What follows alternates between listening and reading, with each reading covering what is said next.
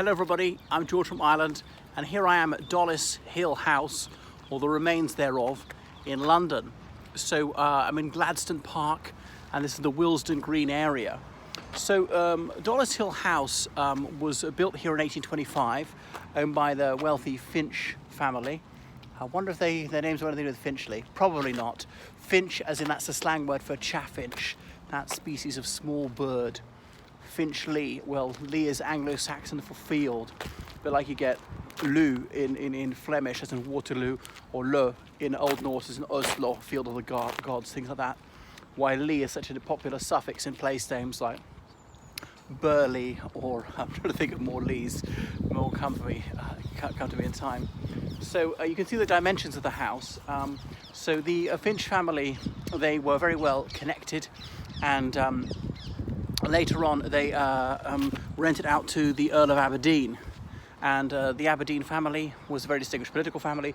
Obviously one holder of the title had been Prime Minister, the only ever Peelite Prime Minister, briefly in the 1850s. But it was his son who rented the house for many years, that Earl of Aberdeen, and I can't remember because several people have held the title, and it had to be the first Earl of Aberdeen, the second Earl of Aberdeen, the third Earl of Aberdeen, and so forth. So it's not really the name by their Christian name. But that Earl of Aberdeen, the one I'm talking about, who rented this house, is very distinguished, being the only person to be Viceroy of Ireland twice. He was also Governor General of Canada. He was a Liberal. I mean, his father's followers, the Peelites, they're the ones who formed the Liberal Party in the 1850s, were a merger of sort of Peelites and Whigs. And obviously William E Gladstone, an erstwhile Tory, was the leader of the Liberal Party for decades. Once said to be the rising hope of the stern, unbending Tories. And he was obviously a Liberal luminary, and there was a sort of a cult of Gladstone well into the 20th century. The only person to be 4 times Prime Minister of this realm. Anyway, he was a friend of the Aberdeen family, and the Earl of Aberdeen who rented this one was the son of a close ally, a sort of Gladstone. Gladstone being a protege of that older Earl of Aberdeen. So this area is called Dollis Hill. Dollis Hill House, Dollis Hill Station is close by. And so he was here a lot from 1882 onwards until his death in 1898, though I think his last visit was actually 1896. So he'd wander around. He was very physically active for a man of that age. Bear in mind he was born in 1809, so he stood down at the age of 85 as Prime Minister for the last time. So bearing in mind that that was well beyond life expectancy. 85 then was like 105 now, quite easily. Anyway. So Mark Twain was invited here by people renting the house in 1900. That's Samuel Clemens, the celebrated American writer. And he was one of the most widely appreciated authors in the world at that time, in any language. His Adventures of Huckleberry Finn and his novel Tom Sawyer came out. I can't remember which one's set in St. Petersburg, Missouri. I'm not sure if it's a real city, but it's on the Ohio River. And it was written in the 1880s, but it's looking back to before the American Civil War. So because it's about the antebellum, slavery is extant, and the debates should slavery be kept. Well, almost all the whites there think it should be kept, but there's Jim, this slave who runs away, and the boy finds him, and he's at first minded to inform on this poor man who's seeking his liberty, but eventually he sees what a decent person this unfortunate fugitive is, so he doesn't turn him in. Anyway, so you can see how big the house was. We can walk through it in a minute. And it was used as a hospital in the First World War, and then afterwards it served various purposes. I'm not sure it was ever a private home after that time. It being a cafe. After the Second World War, it was used for catering students to practice cooking, and then they could host dinner parties here. Like any major organisation, a wealthy family, they had to have horses, and their stables were just here. You can see them behind me. It's quite well intact. Anyway, then it was open to the public for a while, but in 1996 there was a fire, and so the thing wasn't destroyed, but it was gutted. The outer walls, bits of it were preserved, and what to do with it? It was abandoned. I mean, will they have to knock it down and completely rebuild it? It was their way to preserve it, and finally decided they couldn't, and it was too expensive to keep it like that. There were fences to keep people out because it was dangerous to come in because it collapsed on you.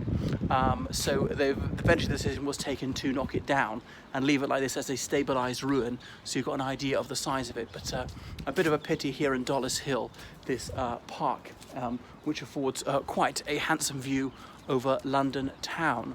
So I'd never been here till a few weeks ago to Dollis Hill House. It's built in several stages, 1825 being the first bit, and they had an extra staircase, sort of fire escape, later on when it was open to the public, and what was I going to say, there was for fire regulations it had to be open, so Kilburn Polytechnic, we're nearby the Kilburn area, had used it for educational purposes. And really that's all about to say about it. So anyway, please do check me out on my channel, and follow me on Twitter and Instagram or Facebook, TikTok and all the rest of it, and keep your donations coming. So you can find me on PayPal, georgecallahan79@gmail.com. That's spelled GeorgeCallaghan. And it's all also, no donation is too large, but it's all small letters, my name, for the purpose of PayPal. And remember, I teach people history, politics, French citizenship, English language, English literature, English as a foreign language, law, things like that. Anything you can imagine in the humanities, really, if you're really low level, maths and science, and help people with interview practice, dissertations, theses, essays, things of that nature, interview practice, elocution, accent reduction. So come one, call all, and you can pay me as much as you like, but not as little as you like. But anyway, this hill, it affords a fantastic vista over Londinium, and you're going to see that arch of Wembley Stadium yonder. Can you see it? Oh God, I mean, there's not enough colour contrasting. I can make it out very easily with the naked eye. That is the English National Football Stadium, where the FA Cup final is held, and it was where the 1948 Olympics were held, various things like that.